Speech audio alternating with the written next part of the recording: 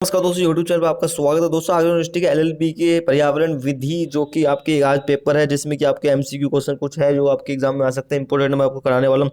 सबसे पहला क्वेश्चन दोस्तों, पर्यावरण एक संयुक्त अवस्था है। इसका मतलब है कि पर्यावरण जैविक कार्य है, इस कारक है, इसके भौतिक कारक भी और अजैविक कारक भी है। तो डी इसका आंसर है, ठीक है, सभी इसका हो जाएगा। नेक्स्ट क्वेश्चन है दोस्तों, भारत सरकार ने पर्यावरण संरक्षण अधिनियम 1986 को कौन से अनुच्छेद के तहत भारत के संविधान में बताया गया है? अनुच्छेद 253, ध्यान रखना, अनुच्छेद 253 में प्रावधान दिया गया है। नेक्स्ट है, पर्यावरण संरक्षण अधिनियम 1986 मार्च 1986 में पारित हुआ है। यह कब लागू हुआ? यह कब लागू हुआ? सी इसका आंसर है, 19 नवंबर 1986 को लागू हुआ, 19 नवंबर 1986 को। नेक्स्ट क्वेश्चन है दोस्तों, खतरनाक पदार्थ का अर्थ किसी भी पदार्थ या तैयारी से है जो अपने रासायनिक या भौतिक रासायनिक गुणों या हैंडलिंग के कारण नुकसान पहुंचाने के लिए उत्तरदायी है। इसका आंसर है उपरोक्त सभी। मनुष्य भी है, अन्य जीवित प्राणी, पौधे, सूक्ष्म जीव, संपत्ति, पर्यावरण, उपरोक्त सभी है, ठीक है। नेक्स्ट क्वेश्चन है, United state council on environmental quality में यह प्रावधान है कि पर्यावरण में शामिल है। पर्यावरण में क्या क्या शामिल है? ए बी सी तीनों बताया, जीवमंडल, प्राकृतिक परिवेश, मानव निर्मित परिवेश, ठीक है। तो इसका आंसर ए, इसका आंसर हो जाएगा, तीनों इसमें शामिल है। नेक्स्ट क्वेश्चन है दोस्तों, प्रदूषण को इस प्रकार परिभाषित किया जा सकता है। प्रदूषण को किस प्रकार परिभाषित किया जा सकता है? इसका आंसर ए बी सी तीनों। पर्यावरण का संदूषण एक तरह से जो स्वास्थ्य के लिए खतरा पैदा करता है, पदार्थों की प्राकृतिक संरचना का प्रतिकूल परिवर्तन। तो ए बी सी इसका आंसर है, ठीक है। ए इसका आंसर है, जिसमें तीनों आ जाएंगे। नेक्स्ट क्वेश्चन, पर्यावरण प्रदूषण शब्द को पर्यावरण संरक्षण अधिनियम 1986 किस धारा में परिभाषित किया गया है दोस्तों? ए इसका आंसर है, 2C धारा 2C में परिभाषित किया गया है। पर्यावरण संरक्षण अधिनियम के तहत पर्यावरण प्रदूषण की परिभाषा जो है वो किस में बताइए? किसी भी पर्यावरण प्रदूषण के वातावरण में उपस्थिति, ठीक है, सी इसका आंसर है। नेक्स्ट क्वेश्चन है दोस्तों, यहाँ पे ये कुछ ज्यादा बड़ा हो जाएगा, देख लेना। पर्यावरण प्रदूषण के जुड़े रोगों के साथ निम्नलिखित का मिलान कीजिए।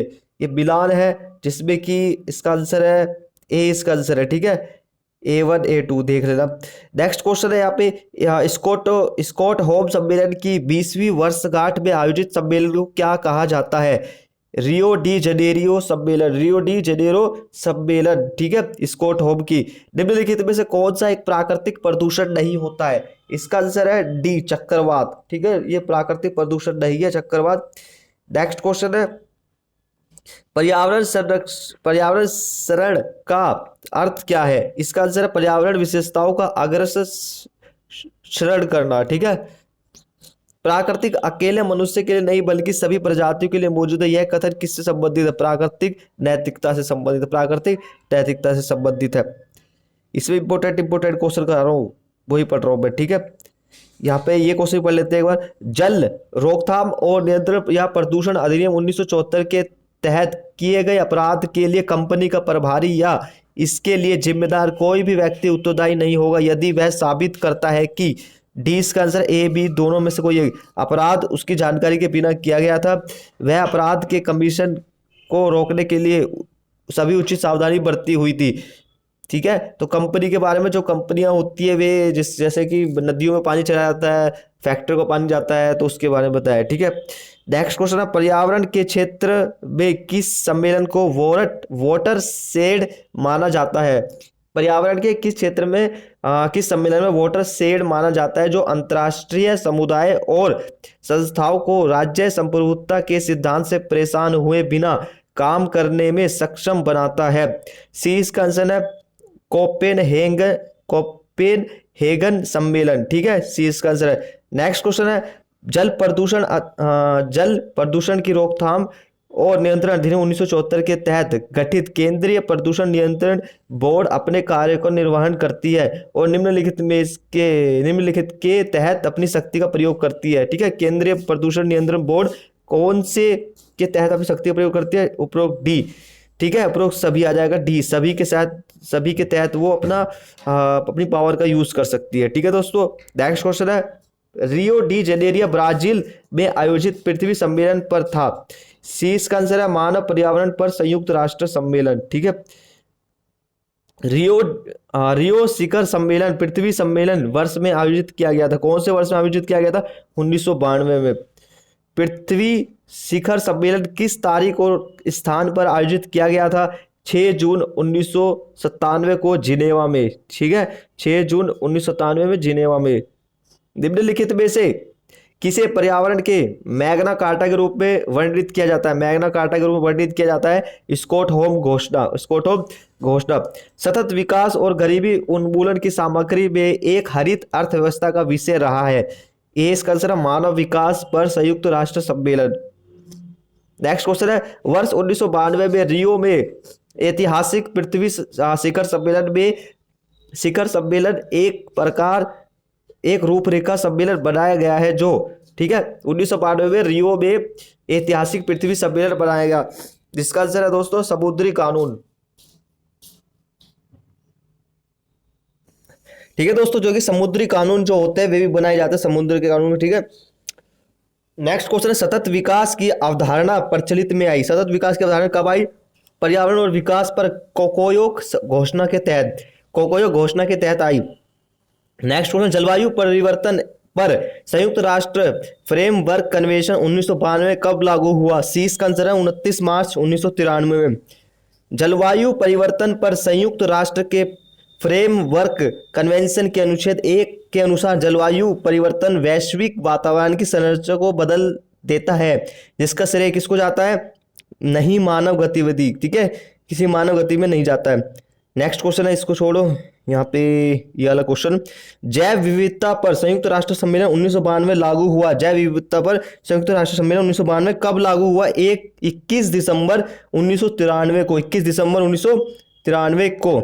नेक्स्ट क्वेश्चन है, सतत विकास को पहली बार परिभाषित किया गया था? 20 का आंसर है जोहान्सबर्ग घोषणा में।